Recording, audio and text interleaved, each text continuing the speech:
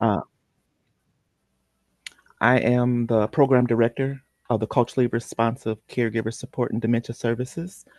And I do have community health workers on staff, and I just think they're fabulous. If we could go around and do the round robin. So introduce yourself, tell us where you work, and what state conference you've been to in 2024. That would be great. So I'm going to call off, let's see, Rachel Johnson, and then you can hand it on to someone else when you're done. If you get stuck, Bonnie and I Yep. will try to help you move it along. Okay. Thank you so much. Hi, I'm Rachel Johnson, and I apologize my camera is not on. I'm actually in my car going from one meeting to another here today, so I apologize about that. I am the Director of Veteran Community-Based Services with the Minnesota Department of Veterans Affairs. I've been with them for about 6 months. My background is in healthcare and been doing that for quite a while, it seems like. So, and I just appreciate community health workers. And as we start our Veteran Health Navigator program, I just felt this was very important to come and start to take a look at that. So thanks for the invite. And I think I see Jen Strickland on here, so I'm going to pass it to you. Hey, thank you so much, Rachel. It's good to hear your voice. Yes, my name is Jen Strickland, and I am a practice improvement specialist with the Minnesota Department of Health Healthcare Homes program. So we support primary care clinics across Minnesota with implementation and sustaining of the patient-centered medical home model of care. I have loved this group. It is so exciting to hear about what is going on with community health workers and how we can support that. And they've just become such a vital part of care teams across Minnesota. So thank you for letting me be here. I will say I got to go to the Minnesota Rural Health Conference in June, and Rachel actually did a great breakout session at that. And then I went to the Many Faces Conference and got to listen to our very own Bonnie Howard, and she did a phenomenal job presenting as well. So those were two highlights.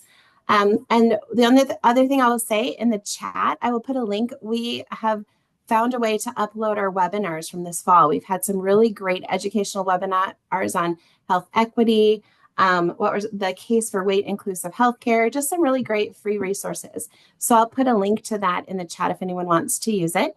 And I am actually going to be passing off my role with this group to Heidi Carlson, who is joining us today. So I will let her introduce herself. And I just want to say thank you all for letting me feel so included and welcomed over the past couple of years. So Heidi, I'll turn it over to you. Thanks, Jen. My name is Heidi Carlson. I am the newest member of the MDH Healthcare Homes team. I'm the new practice improvement specialist for the Twin Cities area. So mainly be working with primary care clinics on the Minneapolis side of town. I'm really excited to be here because I love working with community health workers. In my former role, I worked at Hennepin County in their public health with the Healthcare for the Homeless Project for about 5 years. And then after that with County Safety Net Mental Health Center. And we used community health workers. So thank you for letting me be involved with your group. And I last fall, I went to the Minnesota Cancer Alliance Colorectal Cancer Screening Summit. And that was a very interesting presentation. I also got to do my first healthcare homes certification visit and heard about really wonderful work that the community health worker was doing with North Memorial in improving improving mammogram screenings with women of color in that community. So really made a huge difference, and applaud her for her work. So thank you, and I'll pass it to Leslie Philman. Hi, everybody. I'm Leslie Philman, and I am with the Department of Labor and Industry, the Apprenticeship Minnesota Division. I'll be speaking today, so I will kind of hold off on sharing too much at this point. I see some familiar faces and names, so happy to be here with you all today. Yes, Kelly, I saw you, and I'll pass it off to you, Kelly. Thanks, Leslie. Kelly Fluharty here from Winona Health.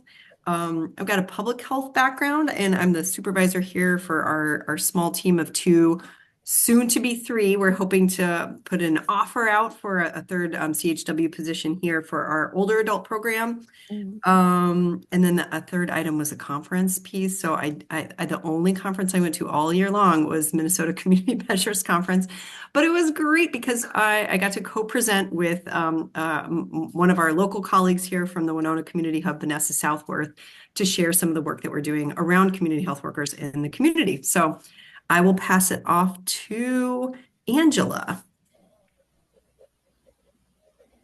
Hi, everybody. I'm Angela Bowles-Edwards. I am the Director of Health Equity at the Epilepsy Foundation of Minnesota.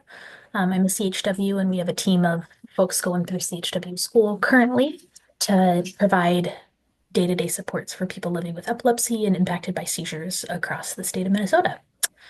And I got to go to APHA this last year, which was always it's a great opportunity to connect with folks and see old friends and make new friends and hear what's going on around the country. It's always great to see just how much is happening in the CHW space in different states and where we can learn from other states and where we're ahead of other states and all of that good stuff. I will pass to the other Angela because I don't actually know if I was the Angela that was called on. So in case I usurped your spot, fellow Angela, go for it. Touche. Good morning, everybody. My name is Angela Fields, Community Health Worker and Associate Director of the Minnesota Community Health Worker Alliance. I came in late. I'm not sure who has went. I'll bounce it back to either Tuesday or Banyi to let me know who hasn't went. I think B-I-H, and forgive me if I'm saying that wrong. Bye.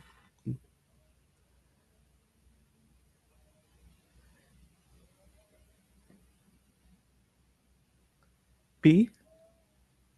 How about Zyra? Can Zyra go next? We'll come back to B. Hi everyone, everybody. It's nice to see you. My name is Zyra. I am a community health worker and also the operations director at Ready Set Smile. We are thankful and grateful to have a number of CHWs on our team that help us carry out the important mission of Ready Set Smile. And we're actually hiring a couple more. We're interviewing later today, so I'm really excited to let you guys know that our team is growing. But I will pass it on to Ann Copeland, who is also part of the team and here in the office with me. Hi there, this is Ann Copeland. At Ready Set Smile, I'm the grants and data manager right now. So working closely with the team, trying to get money to support all the good work they do. Is that oral health? I'm just curious. Mm-hmm. Okay. Yes. Okay. Yep. We can go back to B for an introduction. B, are you there?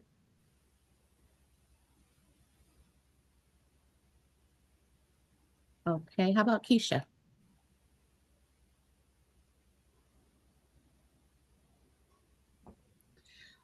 Joyful morning, everyone. My name is Keisha. I am the CEO and founder of Excellence Health Career Center and EduThink International. We are a global health workforce training center. I am excited to be here. Thank you.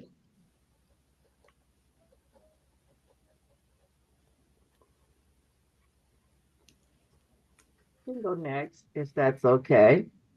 My name is Peggy Moore, and I am with North Point Health and Wellness as a CHW program coordinator. And I work a lot with the seniors and making sure that they stay safe in their homes. I'm glad to be here. And we use CHW in a lot of capacity at North Point Health and Wellness.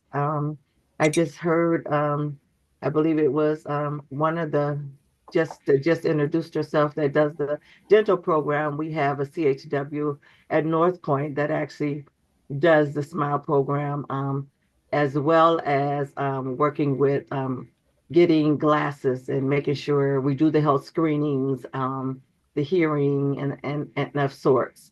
And so, and we continue to educate our employees as they come in to get their certification. So I'm looking forward to that process. We are using the HRSA grant. And so we're getting a lot of our employees educated and making sure that they have that certification so that they can continue to grow and learn and hopefully take part in a lot of these other platforms. So I'm doing my best to try to help make sure that that we can work together and that can happen. So thank you.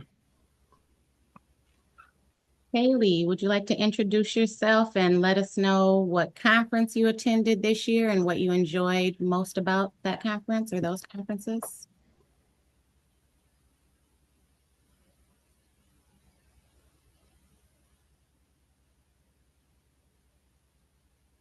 We can come back. How about Gina? Hello, everyone. My name is Gina Acevedo, and I am with CentraCare in central Minnesota.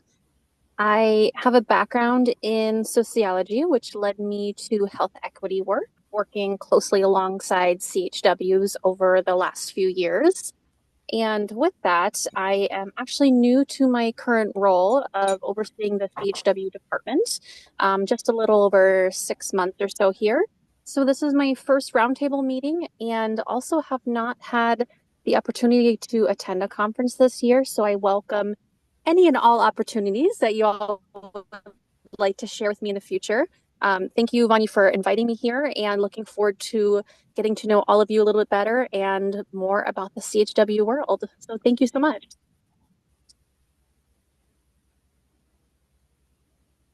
Mario, would you like to go next and then pass it on to someone else? Sure. Good morning, everybody.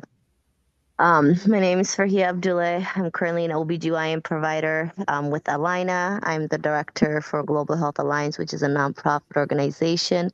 We are a new organization just joining the apprenticeship for the community health worker, and we're hoping to get that process started for a grant that we just got approved by Bush Foundation to implement our Hoyo perinatal navigation system, which we're very, very excited. So I'm excited to be here and to learn. This is also my first roundtable meeting.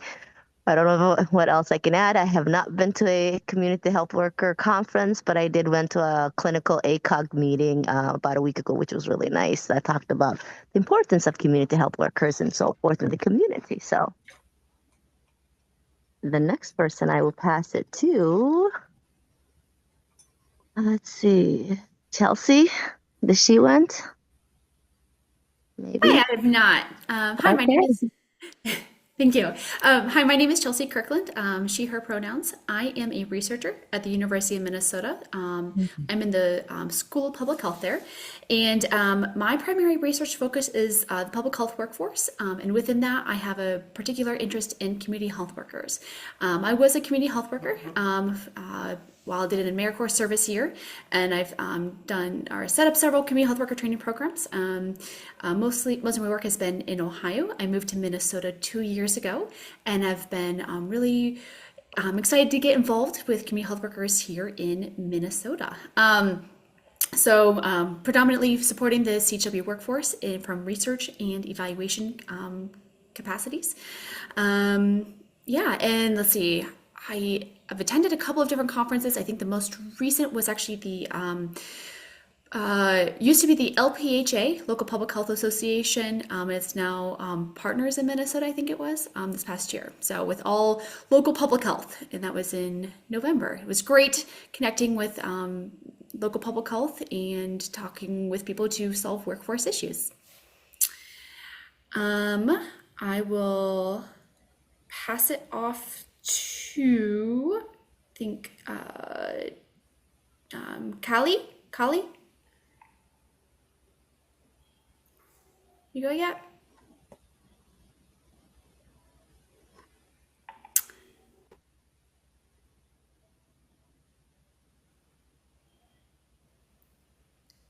I saw you came off mute. Don't hear anything.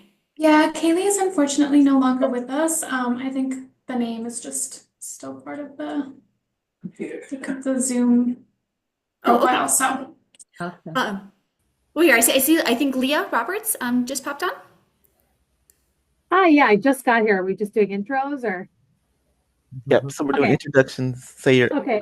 where you're from, what organization you work with, and then if you could just name a event CHW conference that you went to in 2024. Oh my. Yeah, so I'm Leah Roberts and I am the supervisor at Dakota County Public Health. And I cover emergency preparedness and community engagement, which includes our community health workers. I'm trying to think if I attended any conferences. I don't think I did. I did submit to present on CHWs at the LPHA conference, but it was not accepted. So with is she on?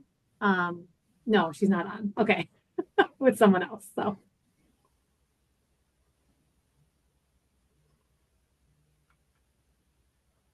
we'll go with one last introduction. I think we have Jackie Henderson, who has been on for the duration of the call. Jackie, would you like to introduce yourself and tell us about any conference you've attended? And then we can move on with some brief announcements as well. Yes, thank you. Usually I'm not one to go last, but I was just trying to eat my lunch really quick before I had to speak. Hi, everyone. I'm Jackie. I'm the manager for the Winona Community Hub over in Southeast Minnesota, Winona County. I support our community health workers that work at different organizations throughout the community as they employ care coordination strategies to help folks reach good health outcomes. I think my favorite conference I attended was the Rural Community Health Worker Conference over in Worthington. And I think my biggest takeaway from that was learning more about implementing strategies with CHWs who are dual certified as certified peer recovery specialists, as we have a community health worker who started recently that is nearing receiving her CPRS certificate. So, Nice. Well, thank you. I think we just about got everyone. So we're going to move on to announcements and resources. And I think MDH is going to come on. Right, Vanya? Yep, I'll start with one brief announcement and then I'd like to pass it to Laura and Kristen. They can do their introduction and provide some brief announcements as well. And then anyone who has announcements that hasn't made them already can follow up as well after Kristen and Laura. The Minnesota Community Health Worker Network will be beginning a CHW leadership program around the state in different regions at different times. Right now, we are accepting applications for the Southwest cohort, which will start in February in Worthington, and we will start accepting them for Northwest Minnesota early next year for April start in Bemidji. I'll put the chat for that application. I'll put the link for that application in the chat, and then I'll also send out a flyer for that so you all can share that with CHWs that work in your organizations. And I'll hand it over to Kristen and Laura. Hi, everyone. I'm Kristen Godfrey-Walters, and I know and have worked with many of you. I work at the Minnesota Department of Health in our Community Health Worker Initiatives area, and we work on state and federally funded workforce, CHW workforce and training initiatives in close partnership with the Alliance, as well as other key stakeholders like all of you. Laura will be giving a brief update on some of our evaluation and measurement work that we're doing. And I'll put a link in the chat for information on the online training modules that we've developed and are continuing to develop through the HRSA Community Health Worker Training Program grant. So I'll put those in the chat, and I'll hand it off to Laura to give a brief update on the environmental scan that we talked about, I think, at the last meeting. Thanks, you guys. My name is Laura Turek, and I work with Kristen at the Department of Health. We've worked about 5.5 months on interviewing 105 different key stakeholders in Minnesota about the CHW efforts and all the different pieces that go along with that. And I'm wrapping up a writing of that. We have several one-pagers that we've tried to summarize findings and the scale of where CHWs are in Minnesota. We have a few maps, and I will be sharing these out through Kristen for feedback from all of you before we kind of lock it in and put it out on the public. So just wanted to make sure that there's no glaring misses or that I've represented things fairly. Minshwa's already been awesome in reviewing a draft, but I just want to ensure that everyone in this group gets an opportunity. So I'll thank you in advance, and you can look for some materials coming out, and then my email or Kristen's email will be one to reach out with if you'd like a meeting or a phone call, or if you just want to send a few thoughts. So thanks in advance for all the work you already do.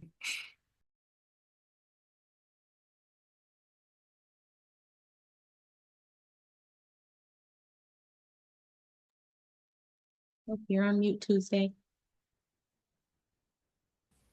Oops. Does anyone else have any resources or announcements that they want to share?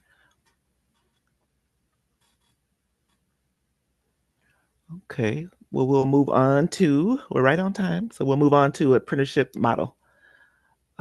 Minnesota Department of Labor and Industry, and that's Leslie. We just did that, right? She did her introduction, but she's gonna do some speaking. Talk more to it. Okay. Leslie? Yes, and I am just going to share my screen.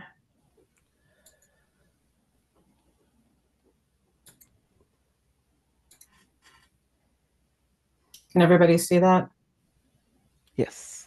Okay. Well, thanks again, Vanyi, for inviting me to this meeting. Happy to talk with you all. I've been working with Vanyi for a little over a year, maybe almost 2 years that we've been partnering to get the community health worker registered apprenticeship programs up and running.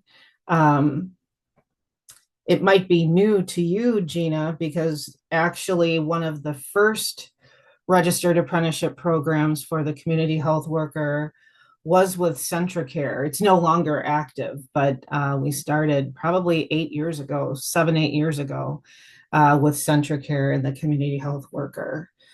So again, happy to be here with you all today. As I go through the presentation, I first want to talk about some kind of misconceptions of the registered apprenticeship model, things that people maybe make assumptions or just don't understand. Sometimes a registered apprenticeship is one of the best kept secrets because people often associate registered apprenticeship, and I'll jump to the second point there, with construction. And registered apprenticeship actually did begin in the construction and building trades. However, we have been expanding this model into other industries that are kind of non-traditional to the registered apprenticeship model. There are also one other misconception is that registered apprenticeship programs are only in the Twin Cities metro area, and registered apprenticeship programs are statewide. We support every corner of the state and have programs, and I'll show you a couple of slides that highlight some of the different programs that we have.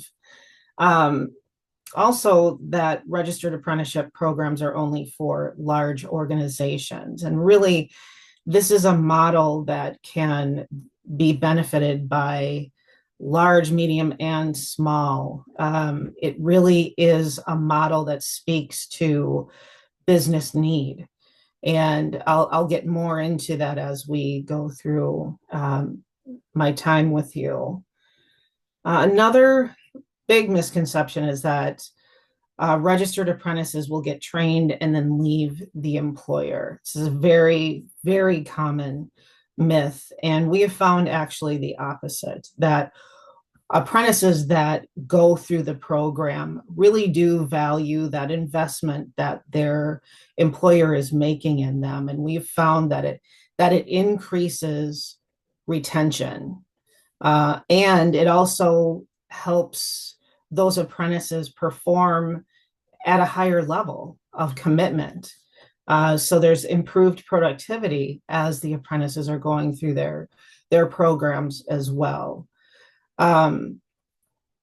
Another myth is that the registered apprenticeship programs involve unions, and that is the case. There are probably a 60-40 split between programs that have unions, but we support both union and non-union organizations. I want to highlight a few benefits to the employer as well as to the apprentices themselves. And I'll start with the employers. I mentioned before that this registered apprenticeship model, it's a work-based learning model, and it really does speak to what drives the business and what are the business needs. So it's an opportunity for employers to really help build and shape their workforce because it's looking at workforce from multiple perspectives. So it's creating that new skilled worker pathway. It's another way of thinking about how you're bringing individuals into the organization, how they're getting developed and trained, and what other pathways are you creating for existing employees. So that really is a holistic model. We've, again, found that workers produce as they train. So they get that additional training and support, which helps in turn improve productivity, not only for the apprentices, but all of that knowledge that the apprentices are learning, they're bringing back to the workforce. So everybody benefits from that. I spoke to the reduced employee turnover, really supports that retention, as well as kind of thinking through succession. You know, one of the things when we talk about the workforce, there's a lot of people, you know, for various reasons that leave organizations. This is a way to assure that if people are leaving for various reasons, whether they're retiring out, moving on for other opportunities, this helps to assure that knowledge stays within the organization. And I'll speak more to that in a moment. So again, retaining, transferring that organizational knowledge, assuring that it stays within the organization. And there's incentives for employers to hire veterans as well. There are some, being that the Department of Labor and Industry is kind of the regulating agency for registered apprenticeship, we don't typically get into the business of also funding apprenticeship programs. However, from time to time, we do receive federal and some state funded grants. We do have a few. There's actually an information session that will be coming up in a couple of weeks for a grant that has up to $30,000 to support programs that are developing registered apprenticeship programs. So I'll make sure to share that information with Vanyi so she can share that with the group. Specific to the community health worker program, we are partnering with the Alliance as well as the Department of Health for the HRSA grant. And Vanyi can provide that information regarding that grant. So sometimes there is additional funding. Benefits to the apprentices, starting with the employment piece, from day one, that apprentice is hired. So they're earning a paycheck from the time they start their program. There is comprehensive job training. So they're getting additional training to help support what they're doing on a day-to-day basis.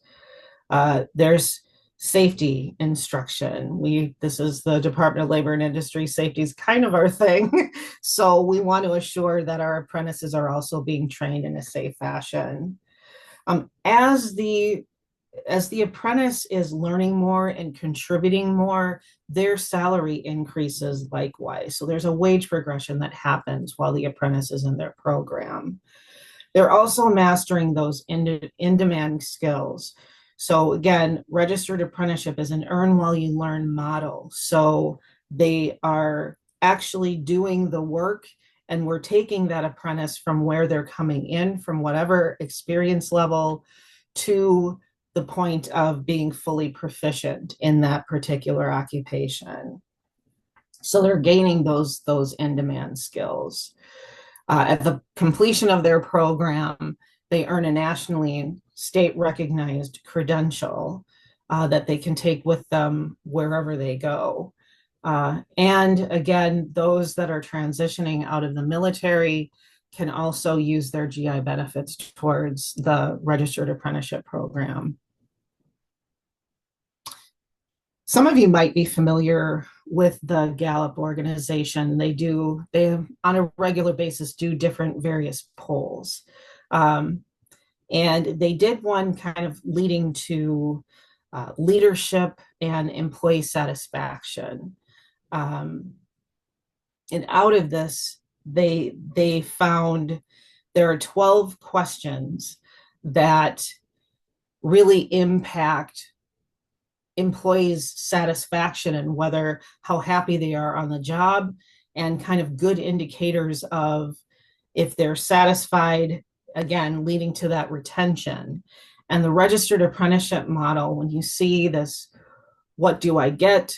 What do I give? Do I belong? And how can we learn and grow? The registered apprenticeship model speaks to every single one of those categories. They have a clear understanding of what is expected of them. They know from day one what they need to do, who's going to be there to support them, and how they will get there. That whole roadmap is available to them from the moment they start that program.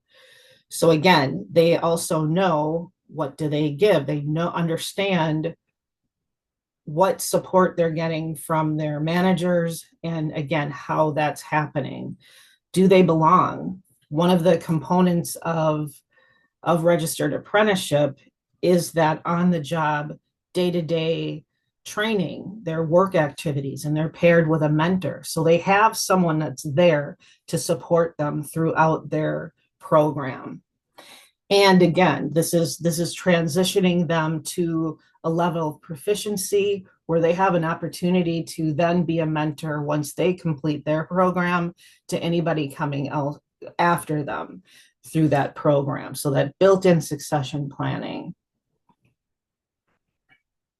This is from the US Department of Labor, some statistics from them, and there is a return on investment for employers that are investing in the registered apprenticeship model.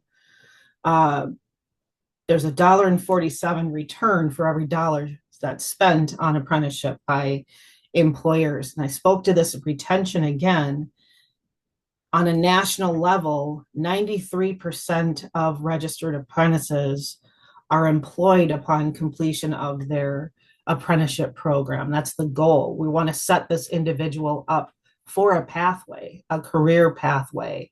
And that investment that they're making, again, they retain. They want to stay with those employers upon completion of their program as well, and continue that on, kind of pay it forward. So let's talk a little bit about the model itself. Registered apprenticeship, again, it's an earn while you learn workforce-based learning model. So it begins with employment. So day one, that employee is an employee, that apprentice is an employee. So they're following all employer policies and everything relating to that organization. We look to see that this apprentice is working full time. So from a labor standards perspective, that they are classified as full-time, working at least 32 or more hours per week, and that they're benefit eligible. From there, there's 3 separate categories of training. The on-the-job training, again, this is the work. This is their day-to-day responsibilities. And as I mentioned before, they're paired with a mentor. We call it a journey worker. So it's somebody that has that subject matter expertise for that particular occupation and can support that apprentice throughout their program. In order for it's occupation specific. So in order for an occupation to be deemed apprenticeable, it has to have at least 2,000 hours of that on-the-job training, which is roughly a year. When you think from the time that it takes somebody to get fully acclimated, assimilated to a position, it's going to take at least a year and a half for them to be fully proficient in that occupation. It is occupation specific. So an apprenticeship program could be anywhere from 1 to 4 or 5 years. It just depends on the level of complexity of that role. The community health worker program is a year-long program. Then the next category of training is the related technical instruction. That's that classroom training, understanding the hows and whys behind what they're doing on a day-to-day basis. They learn those current trends for that particular occupation that they can then bring back on the job. So the requirement there is 144 hours per year of that related technical instruction. Works out to about 3.5 hours per week, depending on how that is carried out. And then the third category, again, is the safety training. So things that employers are already doing, like maybe first aid CPR training, employee orientation courses like sexual harassment prevention, workplace violence prevention. Lots of different things could fall under that safety category. The next component is that progressive wage schedule. So again, we look to see that as the apprentice is cycling through their program, they're getting incremental increases along the way. And then once they've completed that program, they earn that nationally recognized credential.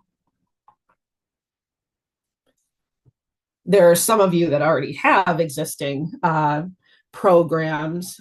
Those of you that might be considering it, just to touch a moment on how the process works for development. We actually begin, we already have existing programs, so we know that the community health worker is an occupation that is in existence. So we really start with the job description and do kind of a comparison to see how the employer's job description for that community health worker aligns with the apprenticeship model, and then work to kind of finesse things so that we're assuring that we're covering all bases there.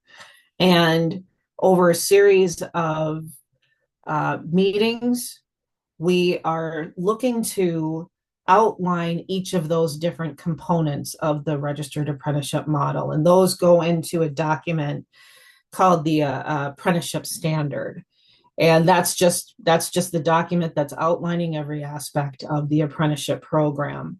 That gets submitted to our apprenticeship director for final approval. And then once we get that final approval, we're up and running. And we work with, it's not like we hand this document to the employers. We're there to support employers at every step along the way, providing technical assistance and provisional check-ins just to make sure that the employer's getting what they want out of the program, and the apprentices are cycling through the way that they need. So you're never alone in this work. We're always here to support throughout the entire life of the program. Wanted to show just a highlight of kind of I had mentioned that registered apprenticeship is in different industries. Again, the construction and building trades, utilities, those hold the bulk of the programs. This kind of identifies the different, how many different occupations fall within each of these different sectors. So you'll see for healthcare, we have about 11 different occupations that are registered in Minnesota. This next couple of slides kind of highlights the different sectors and some of the different employer groups that have programs. And you can see this is specific to manufacturing. These are programs that have been developed within the past few years. But you can see here that we really do cover the state. Here's just a few more, including healthcare. So we really have branched out to a lot of different industries as well as occupations. Specific to healthcare, because healthcare is one of the fastest growing occupations or industries in the state. On the right-hand side there, you'll see some of the different roles, and this is just an initial listing of some of the occupations that are currently registered within the state. If you are ever interested in learning more about apprenticeship, this slide, and I'll make sure to give this presentation to Vanya so she can share it with you all. We have a quarterly newsletter, the Apprenticeship Works newsletter. You can visit our website. Certainly, you can contact me for further information as well. There are 3 of us that are on the apprenticeship development team. Me, Laron Latimer, and Paul Nickstad. We are all, we kind of divvy the sectors out as well. But you've got multiple people that are there to support. So I will take any questions.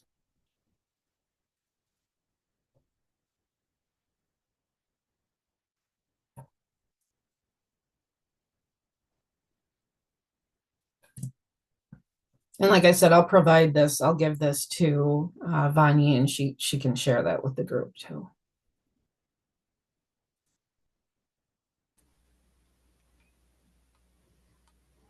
Well, thank you for that presentation. If you have any questions, we'll wait a little bit longer just to see if any questions come up. If not, we will move on.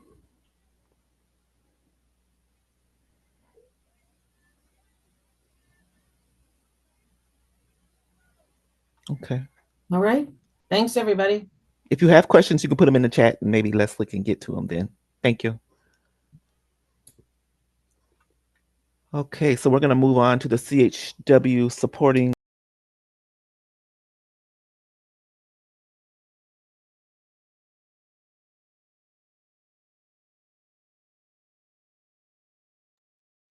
Tuesday, you're on mute. Thank you. I was just talking.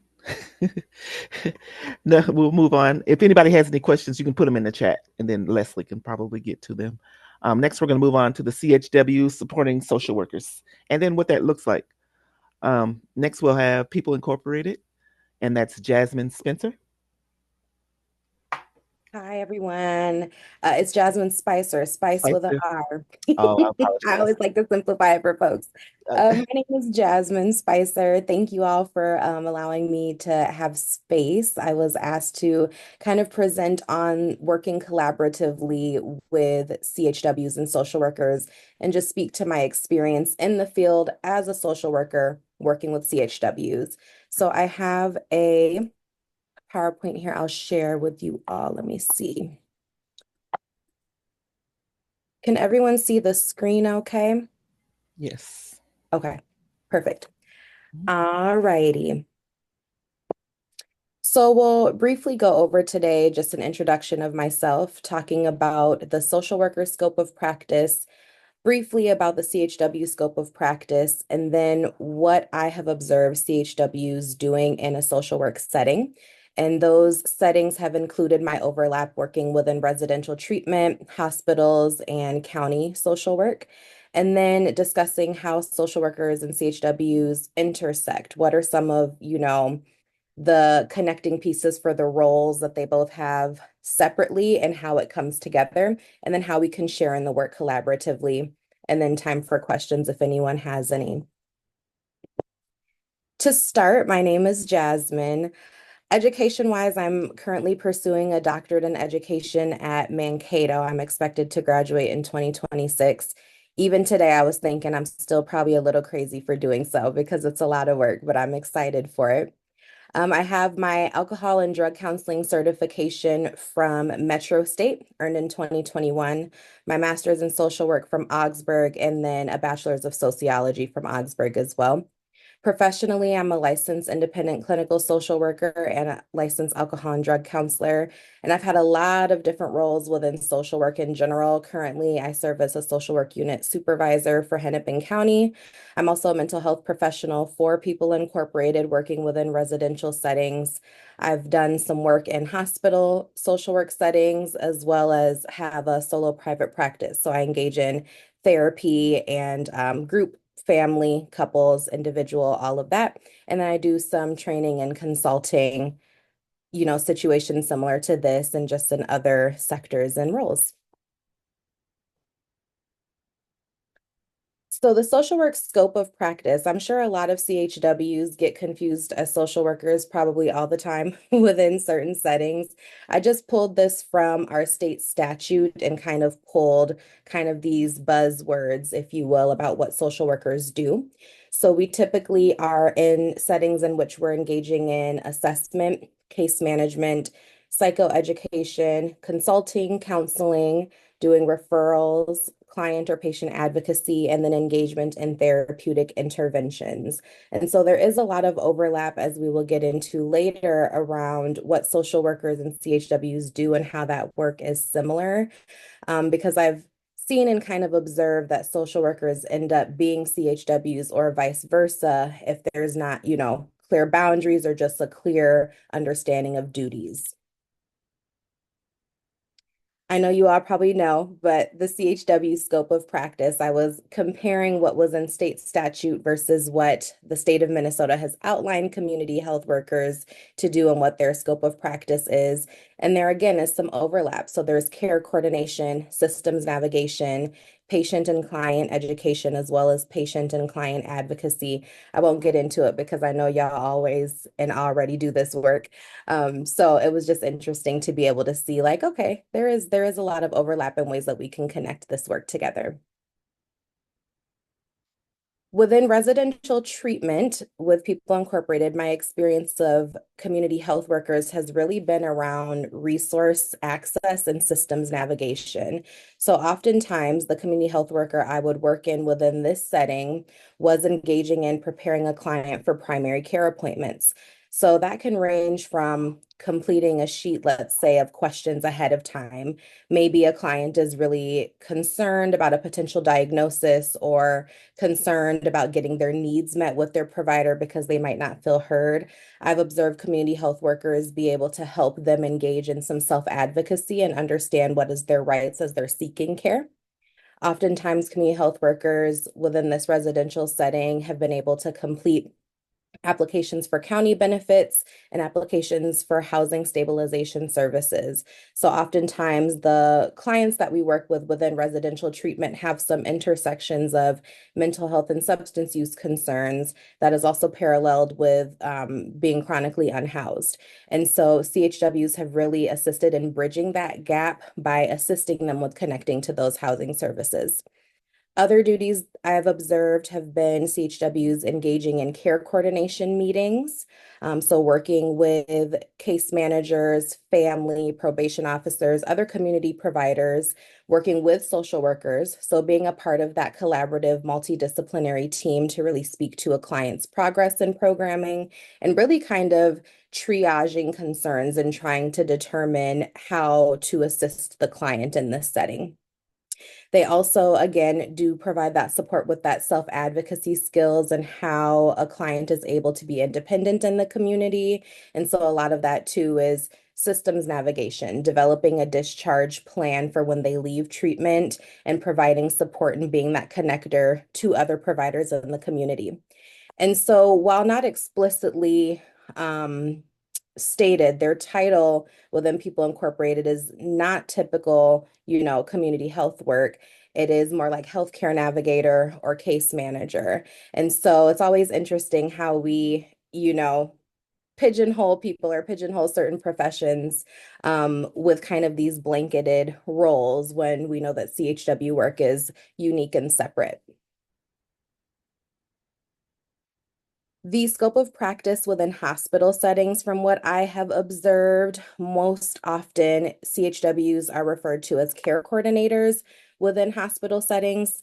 So a lot of this is assisting nurses with finding community resources for a patient. So that can be anything from assisting them with setting up MA or assisting them with connection to a therapist, a psychiatrist, really kind of that boots on the ground work, making sure that that patient is able to get their needs met, whether they're within an emergency department visit or a medical kind of inpatient stay.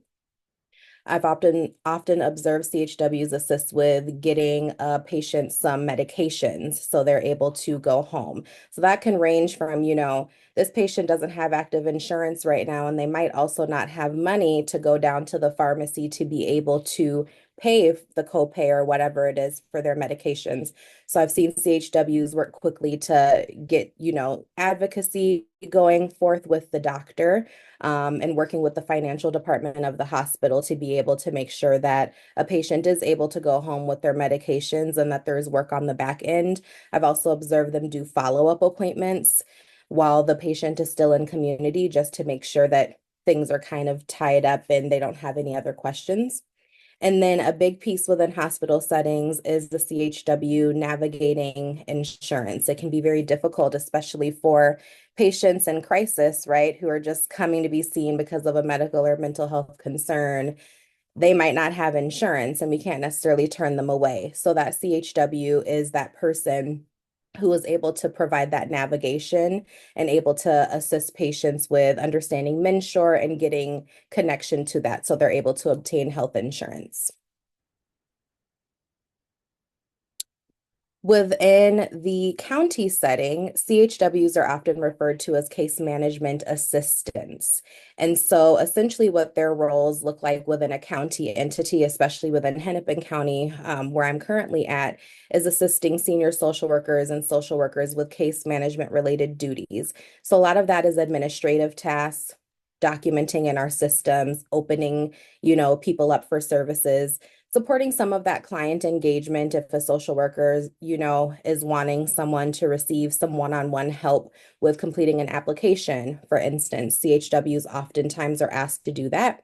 And then supporting in, overall kind of engagement if a social worker is saying, hey, can you come meet with me and this client in the community so we can discuss, different options for their care. A lot of that care coordination and systems navigation piece takes place. And then I've also observed them work with clients in direct care capacities, not necessarily within a social worker role, but really supporting that connection to resources. So the social worker is kind of the keeper of the treatment plan, let's say, or the keeper of the disposition or discharge plan. And the CHW is that person that's helping to connect those pieces and keeping track of things to make sure that the client is getting their needs met and that they're ready for discharge or ready to be in the community. So oftentimes this is verifying their health coverage is active for when they're leaving facility, obtaining vital documentation like birth certificates, driver's licenses, social security card, things like that. A lot of CHWs have been helping that on the county side of things. So in terms of intersecting the work, a lot of what I have seen and observed between social work and CHW is this kind of threefold piece of patient and client education. So that's really about supporting them with skill building, helping them understand how to advocate for themselves within settings, helping them understand the different systems, applications, processes that they will need. I work specifically within a jail for Hennepin County. And so oftentimes our CHWs or case management assistants within this context are able to provide some of that legal knowledge for our clients and residents because they just don't know. If they've been in the system, they don't understand what's kind of going on. And I've seen a lot of CHWs support them in that knowledge and building that knowledge. Another overlap is the connection to resources. So a lot of people go to social workers for resources, but CHWs also have extensive knowledge in many different resources that kind of impact, patients and clients, whether it's housing, mental health, substance use. That is, certainly something that I've seen overlap in with social workers and CHWs being able to provide that expertise and experience for clients. And then overall addressing healthcare disparities, ethically and per the code of ethics for the social work profession. A lot of what we're doing is building that advocacy and making sure that we're speaking out on injustices and things like that, especially as it relates to the medical system. And I know CHWs are well versed and, well equipped to be able to address those healthcare disparities in community as well.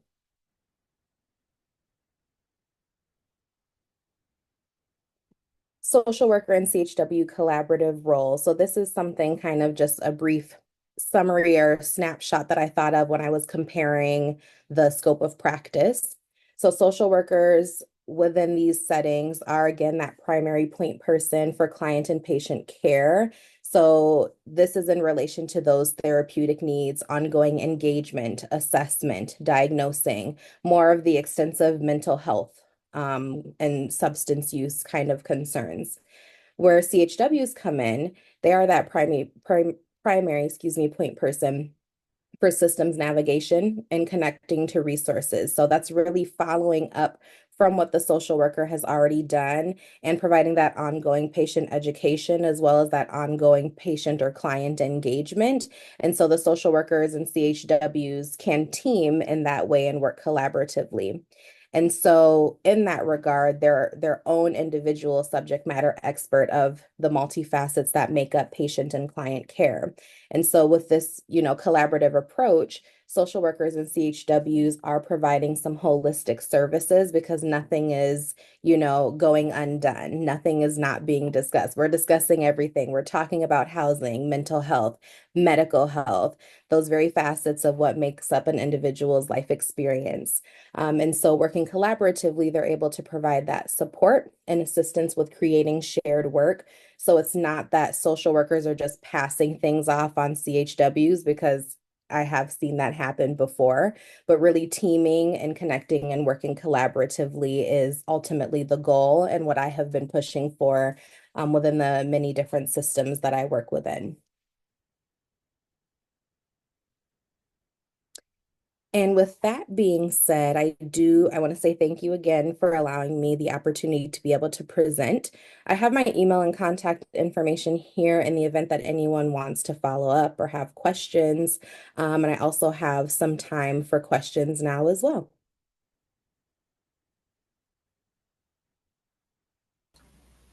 Thank you, Jasmine. That was really informative. That's a question that comes up all the time, social work versus community health workers, especially with so many community health workers coming out of school from the HRSA program. So thank you. Appreciate it. Any questions? Hi, Jasmine. This is Rachel Johnson with the Department of Veteran Affairs in Minnesota here. Thank you so much for your information because this is a conversation as we're developing our program in regards to if we should go with social workers or community health workers. So I'll definitely be reaching out to you And I can go over the program then. But thank you so much for this. This was very informative, and definitely will be reaching out. For sure. Yeah. I would say a good rule of thumb right away. I know you'll reach out, but right away, a good rule of thumb is really thinking about what is the role that you're asking for, right? Oftentimes, CHWs are assumed to be social workers, and social workers are also assumed to be CHWs, especially depending on the setting. If it's like a county setting, for instance, the work and kind of the lines of the work can be very blurred because they kind of treat it like the same role and it's not differentiated. So I think, really thinking about with your team, with the organization, what is the role asking? And then kind of going from there would be important to differentiate who, what profession you'd be hiring for.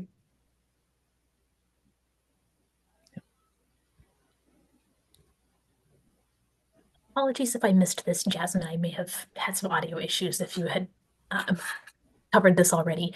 How is the work funded that you do? I'm curious if the CHWs are billing insurance through any of this work, or if you've got different funding streams.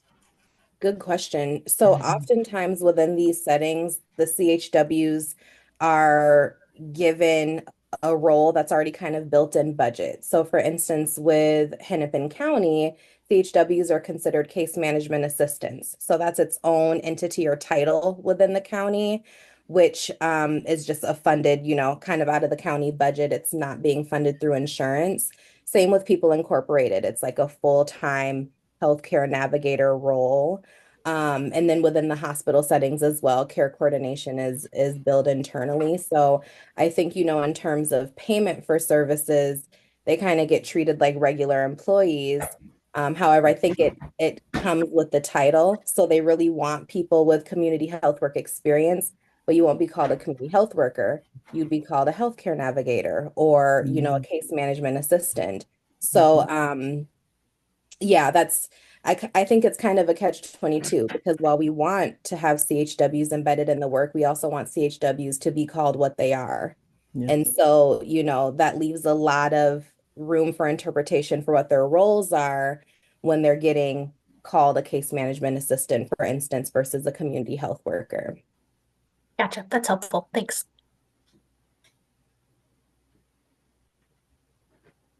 Anyone else?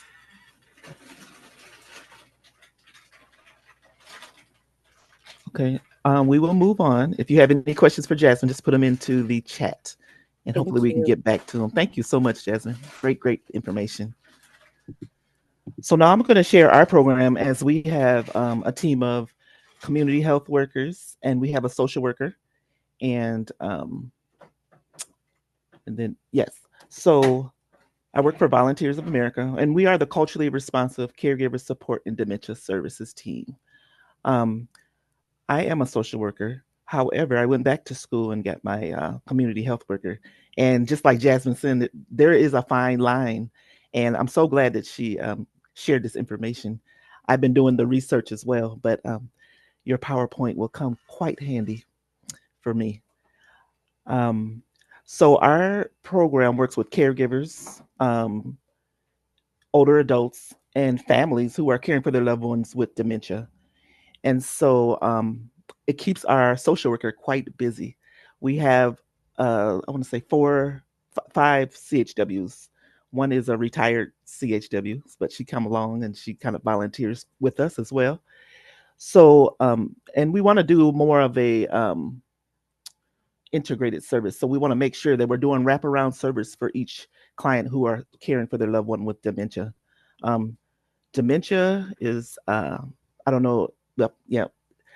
Dementia is a disease of the brain that right now there's no cure for. So each client is with us for a long time and the needs change as the diseases progresses. So we have the community health worker who walks alongside with the social worker and the family to provide resources, services as they change, education. When the diseases progresses, we want to be able to educate our clients about what first they need to be educated about what kind of dementia they have, and then they're educated about the disease stages.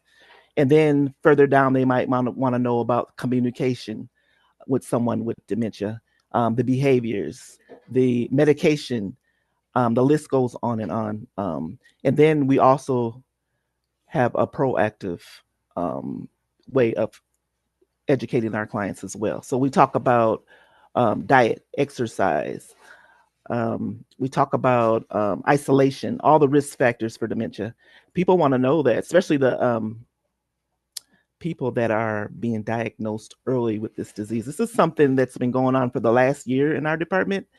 We are getting calls from people and families, their loved ones are being diagnosed at age 50, 51. And this is something new for us. And I've been with the company for more than 9 years. So that means the caregiver is a younger caregiver. Our caregivers are usually 60 and now they're 40. So the CHW comes alongside and really educates the family about this disease.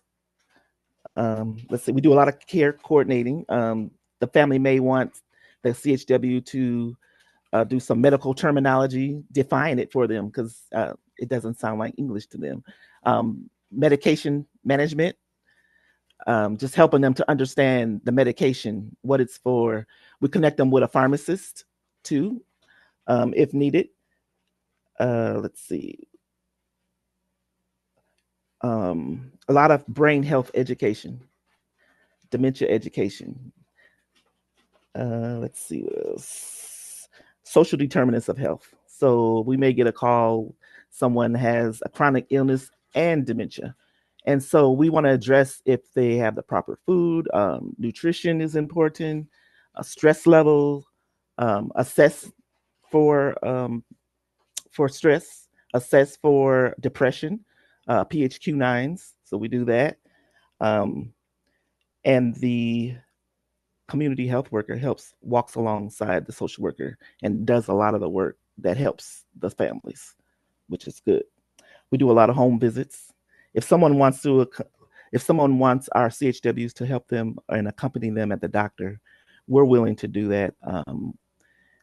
We provide transportation for the caregiver or the family members.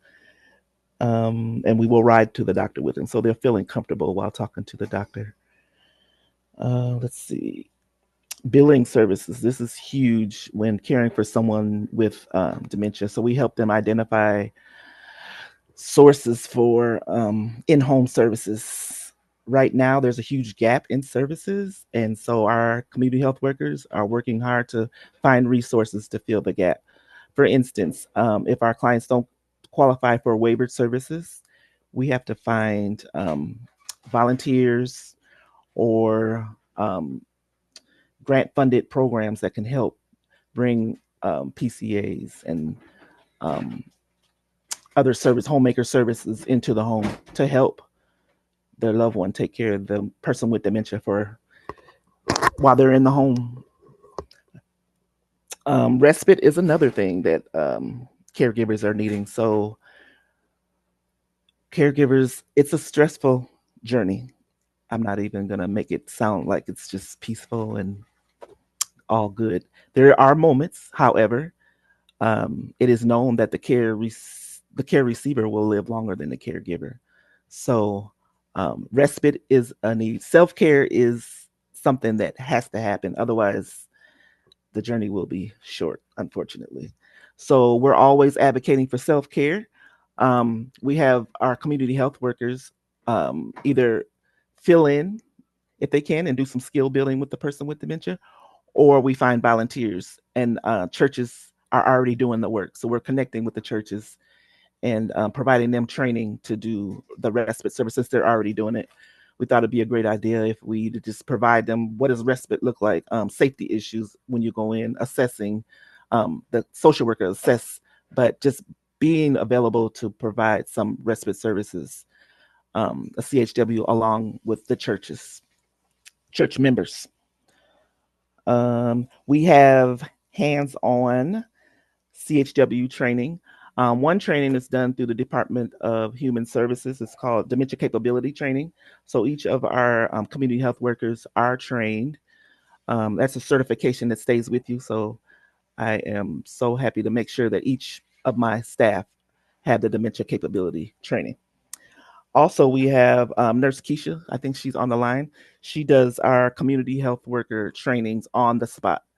So if we're at an outreach, she'll make sure that they're doing their education right, screenings correctly, and things like that. And she will come to the office and kind of do some training with our CHWs as well. I think that is all. If anyone has any questions, let me know.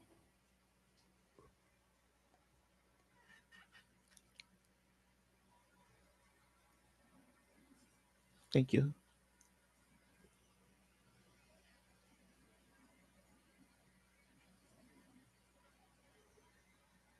There are just so many sides to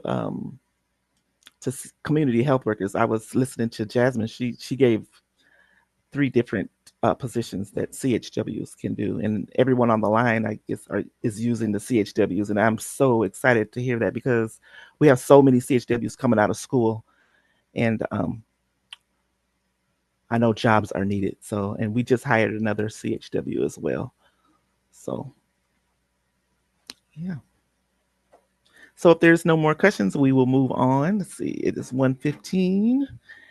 So, Bonnie, do you want to do more announcements, or should we move on to the Fast Burn Collaborative problem solving?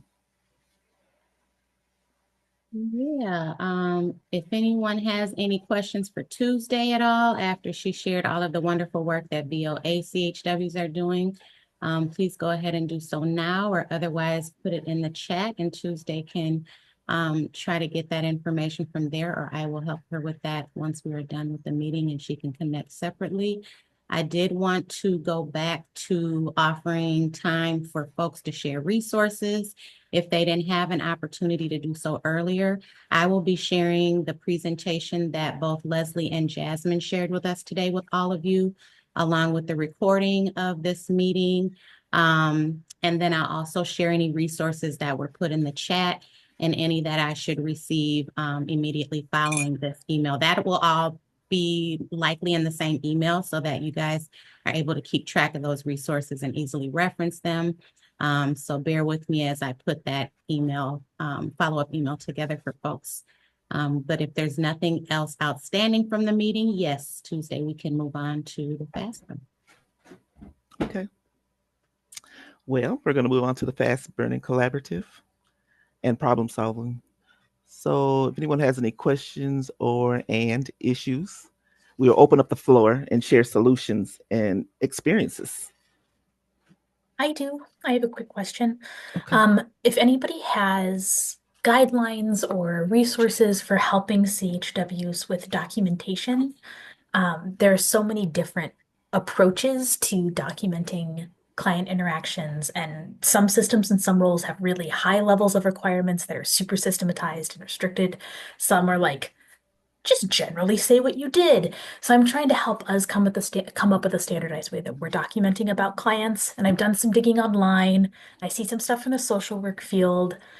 There are county systems that we used back when I was a case manager for waivered services. So I know of some like templates and formats, but there's none that just like perfectly fit to help folks like get rid of the extraneous information that isn't super helpful to document, but also include everything that is helpful. So just curious if there are ways that folks have navigated documentation pieces. There are billing requirements and things, but I'm thinking more from like helping folks know for anybody else that might be serving that client next, like helping them get the key information for like best client care. That's my key question here. Well, I can share. We used Best Notes. Have you heard of that? It's a database. And so say if I'm working on a client and then you come in, Angela, and you're working on that same client. So I put my notes in, and then you can come into the database and see exactly what I did. and move forward. Okay. And so the diagnosis is in there, all the demographics, everything is in the database. It works pretty good. That's good to know. I enjoy We it. do have Yep. we have Salesforce, which is helpful. So we've got where to put it, but in terms of like what content people should put in the note itself is what I'm trying to figure out how to help people learn. We have some folks that'll put in like the entire client's life story, and then we have some people that'll put in like minimal information and it's not actually enough to figure out what they were working on. So helping people find that balance. Yeah. Yeah. So because I think because I come from social work, we learned how to like just put brief but important information into the database. Because you don't want to write a story, right? You just want to get the main points and put it into the database, but be clear at the same time. So it may be something to look up, maybe how to case note for in the database, because there's not a lot of room either. So Angela, are you familiar with SBAR? I've heard a lot of acronyms, but not that one. That one is Situation, Background, Assessment, and Recommendation. I had to remind myself of what the acronyms. I like it. I'm looking it up right now. Yep. So that's an old school one that I used many years ago. I see Peggy is nodding her head. It's very old school, but it taught me a lot about like what you were saying, what information is pertinent and relevant that should go in there. And then you could probably do like some case studies using SBAR to see if folks are able to utilize that and still capture the information that your organization is needing for to capture that important information. Helpful. Thank you. I see somebody else put SOAP in the, and I found that acronym online. There's so many different ones. Yeah. I used to use DAP. I see DARP. Oh, there's so many ones I haven't heard of before. This is exciting. Thank you. More acronyms. That's what we use at Hennepin County at North Point. We used Epic and Apricot. I put that in the notes, which are both good systems. And that DAP is always really good just to keep it, just describing, exactly what you're doing and stuff. And then I know with Apricot that we actually can do just like what Tuesday was saying, is that if someone comes in, they can see, if what was done when they came in, what and then if we're going to follow up and we can follow along. There's always a trail because, all of us know especially if you're dealing with grants, it's so important to tell the story. And then I know what Apricot has a way of pulling so many awesome reports. So when you are documenting your, at the end of the year, month, whatever, you can pull that graphic information, whatever, you can just set it to whatever you want to pull. So that's something that we found very useful. That's good. If I may add, I'm Keisha, and if it's chartered, it's not done. So I get what you're going, Angela. I mean, we have all of these systems, but what I hear you saying is my CHWs need to know what to chart, right? Like, so if there's an incident with a client, I'm not saying what the client's name is. I'm using an alphabet. I'm not giving my subjective information, right? I'm giving the objective information. So I understand where you're going with that. So as you look at these things, I think it's important for the CHWs to practice, because most of the time we want to just tell everything and we don't need everything, right? So so that's what I hear you say when you say my CHWs need help. Like, what am I putting? Okay, I have a system, but what am I putting in the system, right? So yeah, and knowing that everything that we chart is subject to, it becomes a legal document, right? So it could come back and chase you 5, 7, 10, 15 years down the road. So making sure that you are putting in accurate information, not what you thought you saw, but what you actually saw and what someone actually said. Yeah. Okay. Just making sure. That's what I hear. Am I correct when I say that? Absolutely. Yeah, Okay. we've got the place to put it, but helping people get the right balance of information. So this is all the resources y'all just shared is super helpful. I'll be looking into each of them and then practicing with our team with whatever one we choose. Perfect. Thank you. Thanks, Keisha. That was good because that is definitely, as you said that I realized that's exactly what she's looking for. But it does sound like, Angela, it's just having that training with your staff, having that training and doing some scenarios and some different stories and just actually, like you said, Keisha, practicing. So it's about training them what to do, when it's acceptable, when it's not, just so they understand what you're really looking for. Yeah. Thank you. I have to do a Keisha plug. So Keisha's the one that trains our CHWs. So if that's something that you need, I mean, I have to put that out there. She does a fabulous job. But our case notes are so important. We had someone had to go to court and they're pulling our files. So what you put in those documents is so vital and important. Because it could be something that the courts may want to see. So we had that same experience at North Point as well. And because of the documentation, we were so thankful that we had the information we needed so that it was clear on our behalf what was done. So yeah. Yeah. Okay. Anyone else have a question? Okay. Okay, so as a trainer, I'm always interested in knowing what are the most prominent training needs for our CHWs. So if you all could come up with something, if you don't mind putting it in the chat, I would greatly appreciate that, because I'm always in the field of reskilling, upskilling, and making sure that our CHWs are up to date on everything. Even old things that we know. Is there a way that we can make that old thing innovative so it's fun and engaging and life-giving, not only to themselves, but also to the people they're caring for?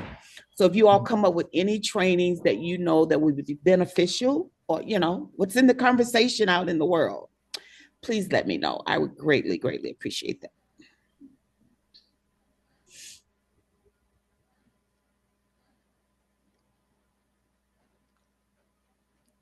And I'd love to do a refresher. So with our CHW, 6 months down the line, just time for training again, refreshing. So yeah. Anyone have any other questions as we move on?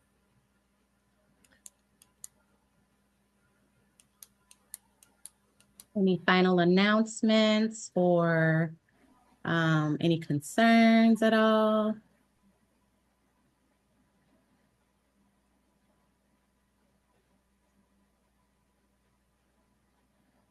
Bonnie, I have a question. So is the many faces, is that annually?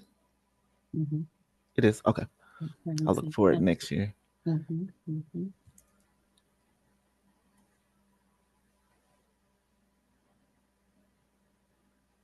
Well, Tuesday, I think we might be able to adjourn a few minutes early.